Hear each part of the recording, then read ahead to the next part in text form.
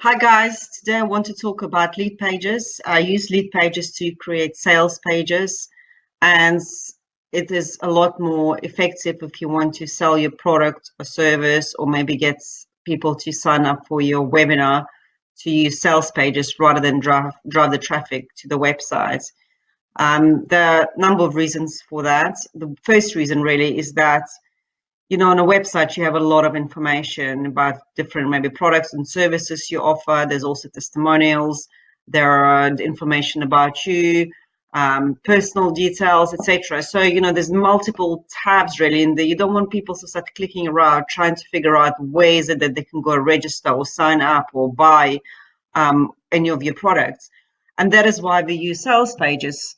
Also, sales pages you can integrate with other backend applications, which I will speak in my next video. I use Aweber, and this is how you can capture the information of people who opt in to your offer, and then you can later retarget them. Because if you think how many times you may start shopping for something, like I know I do that when I go shop for shoes, and I get distracted and I forget. And imagine if I came to your site and I wanted truly to buy something or to register for your workshop, and I got distracted and I forgot about it, but you would not be able to retarget to me because you just don't have my details. So those are, I think, the main two reasons why I would use sales pages and drive traffic to sales pages rather than a website. So there are a lot of applications out there. There's Convertri, there's LeadPages, there's WordPress, etc. And I've been using LeadPages for a while, and I really like it. And their support is great, and plus it's also relatively cheap. I think it's like 10, 11 pounds a month. So once you have signed up with LeadPages, you've created an account, you just simply come to this page and you log in. And the nice thing is you don't have to be technical, you don't have to be a graphic designer to create any of the pages. It's all drag and drop.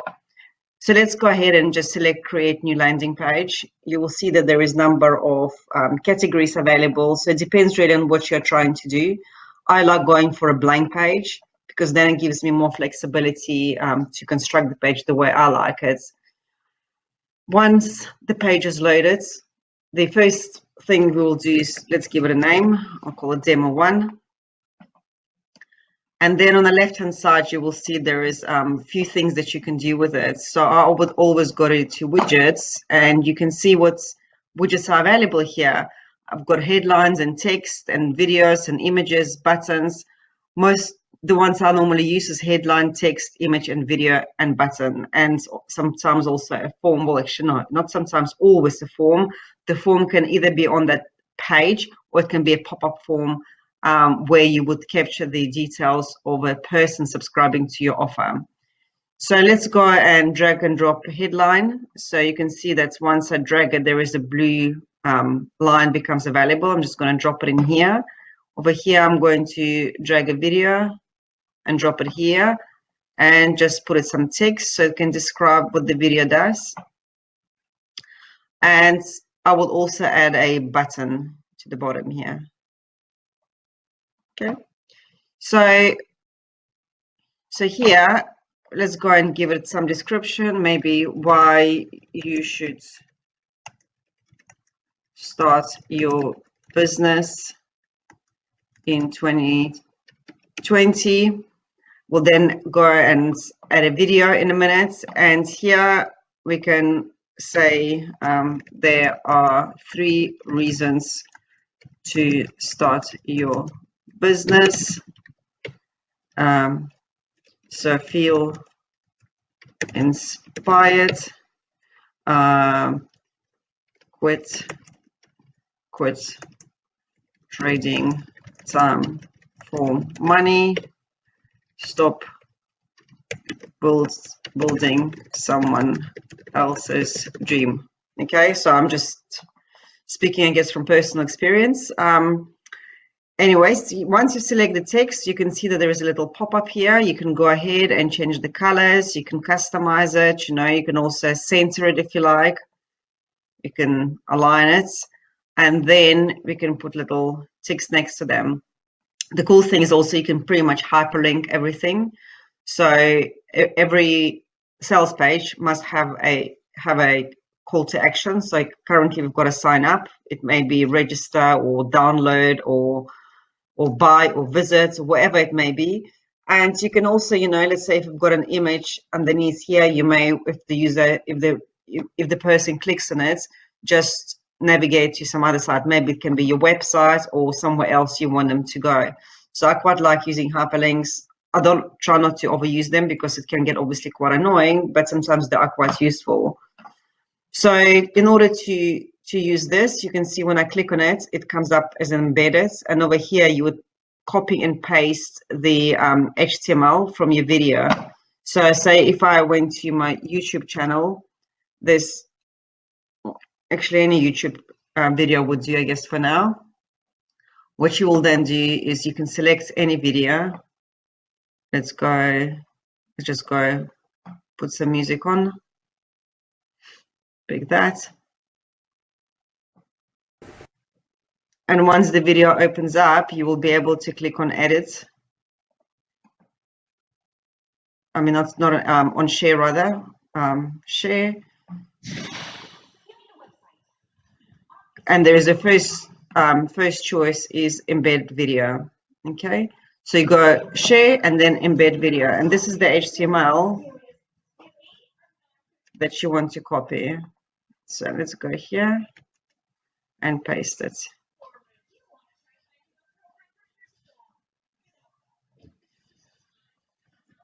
And click on save. Okay, so here you go. So here we've got a video here, and here we've got some text, and now we've got a button.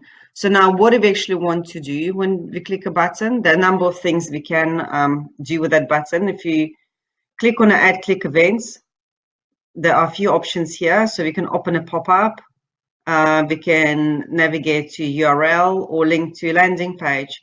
So for sake of this demo, let's go and open a pop-up. And a pop-up is literally going to be a form where we capture email and a name of the person opting in for our offer.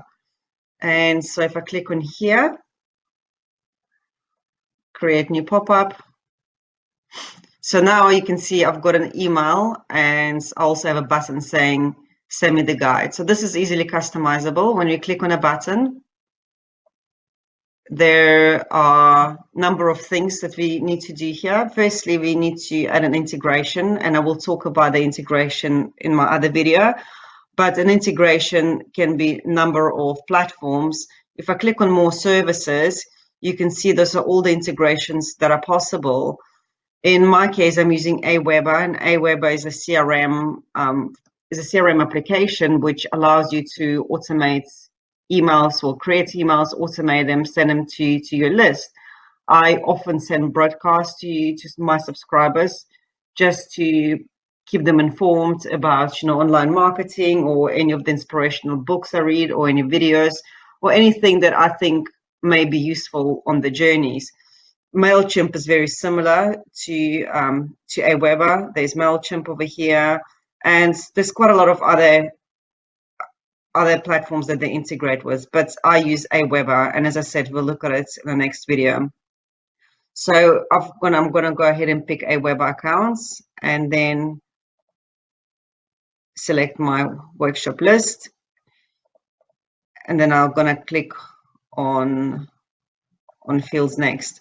So in the fields currently we only have email. We can go ahead and add another field. So perhaps another field I want is first name, and I say done, and I'm just going to swap them around. So I've got first name and email, and I have a button. Okay, and then on actions, so once you've captured the details, I mean, once they enter their name and their email and they click on a button, what do you want to do?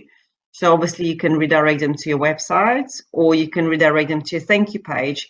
I often redirect my subscribers to a landing page where I just say thank you for subscribing. So here's my thank you page, and it will be just a video of me thanking them for giving their details to me and just explaining what are the next steps. So, whether they'll be receiving some video series from me or they will be receiving a downloadable PDF. It really depends on what they are subscribing for. So, and then I'll say save and close, and we've got this form ready. So now what happens is once we run this form and we click on sign up, we'll get a pop-up. And when we enter our data into the pop-up and click on submit, we will be redirected to a thank you page. Now, you can also customize this button. I mean, it looks a bit silly that we've got such a big button for sign up, and to customize it, I can just click on the brush. You can see it's displayed as full width, but if I uncheck it, it becomes just the width, just the right width really. And you can also change the shape of it if you want it. Once again, you can hyperlink it, but I wouldn't because we are displaying a pop-up form on that button. So that's pretty much it really. The last thing that is left to do is to publish it. And here you can select, if you've got more than one domain, which I have in my case, which domain it needs to be published. And you can also give it a slug or just the name of the page, how you want it to display, and click published. Once it's published, the form is,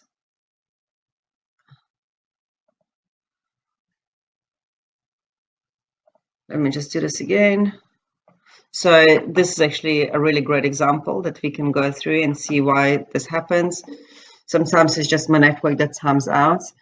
But yeah, once you publish, you can just simply copy link and we paste it in a browser. And our page is ready. Okay, so here's our page.